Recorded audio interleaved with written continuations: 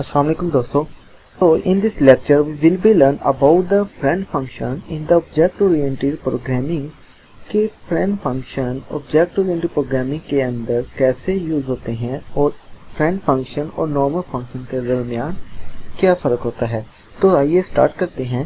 Start करने से पहले मेरी सब दोस्तों से रिक्वेस्ट है कि जिन्होंने अभी तक मेरे चैनल को सब्सक्राइब नहीं किया प्लीज़ वो मेरे चैनल को सब्सक्राइब, वीडियो को लाइक और शेयर ज़रूर कीजिए। चलिए स्टार्ट करते हैं।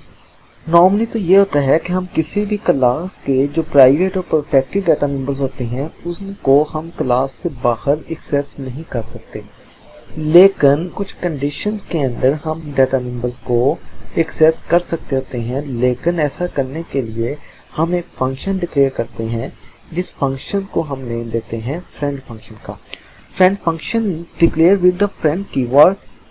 ऐसा फंक्शन जो फ्रेंड कीवर्ड के साथ डिक्लेयर किया गया है वो फ्रेंड फंक्शन कहलाता है। It should be defined outside a class. हम फ्रेंड फंक्शन को डिक्लेयर तो क्लास की बॉडी के अंदर ही करेंगे, लेकिन उसको डिफाइन क्लास की बॉडी के बाहर करेंगे। सिंटैक्स देखते हैं क्लास कीवर्ड क्लास का। ये कोई भी क्लास है, इसकी बॉडी के अंदर हम फ्रेंड फंक्शन को डिक्लेयर करेंगे जैसा कि यहाँ पे किया। फ्रेंड कीवर्ड है, उसके बाद फंक्शन की रिटर्न टाइप लिखेंगे और उसके बाद फंक्शन का नेम लिखेंगे। एग्जाम्पल के साथ एक्सप्लेन करते हैं। ये क्लास है डेमो नेम की।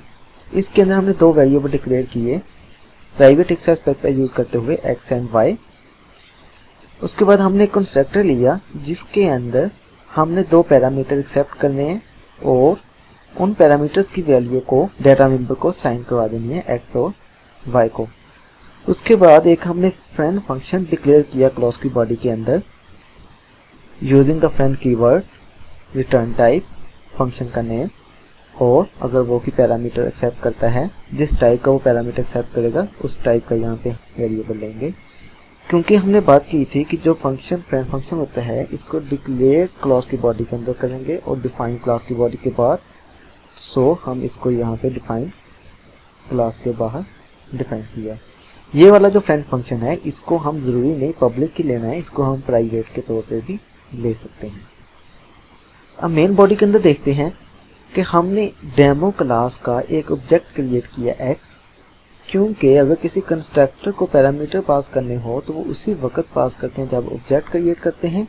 तो उसी वक्त हमने उसको दो पैरामीटर पास किए 25 and 40। 25 will be stored to a and 40 will be stored to b. Also further a will be stored to x, यानी कि x में 25 है और y में 40 स्टोर हो जाएगा। किस ऑब्जेक्ट के लिए? x ऑब्जेक्ट के लिए। अब हमने इन दोनों ऑब्जेक्ट्स का इन दोनों वैल्यूज का मीन फाइंड करना है, तो हमने मीन का फंक्शन कॉल किया।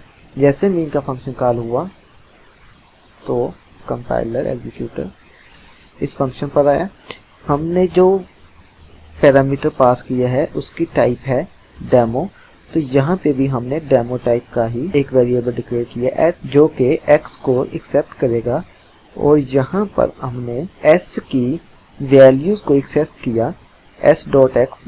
जब s के थ्रू x की वैल्यू को एक्सेस किया तो यहाँ पे 25 आ गया। उसके बाद s डॉट y के थ्रू वैल्यू को एक्सेस किया तो यहाँ पे 40 आ गया। इन दोनों को प्लस किया और 2 पे डिवाइड करके जो वैल्यू आएगी उसको हमने रिटर्न करवा दिया। क्योंकि पॉसिबिलिटी है कि वैल्यू पॉइंट्स में आए तो सो हमने रिटर्न टाइप प्लॉट रखी, जो भी वैल्यू आएगी वो यहाँ पे रिटर्न हो जाएगी और यहाँ पे प्रिंट हो जाएगी।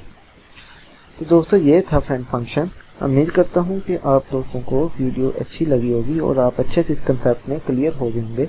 अगर आपको ये वीडियो अच्छी लगे तो मेरे चैनल को सब्सक्राइब और वीडियो को लाइक और शेयर ज़रूर कीजिएगा। Thank you. अल्लाह हाफिज़।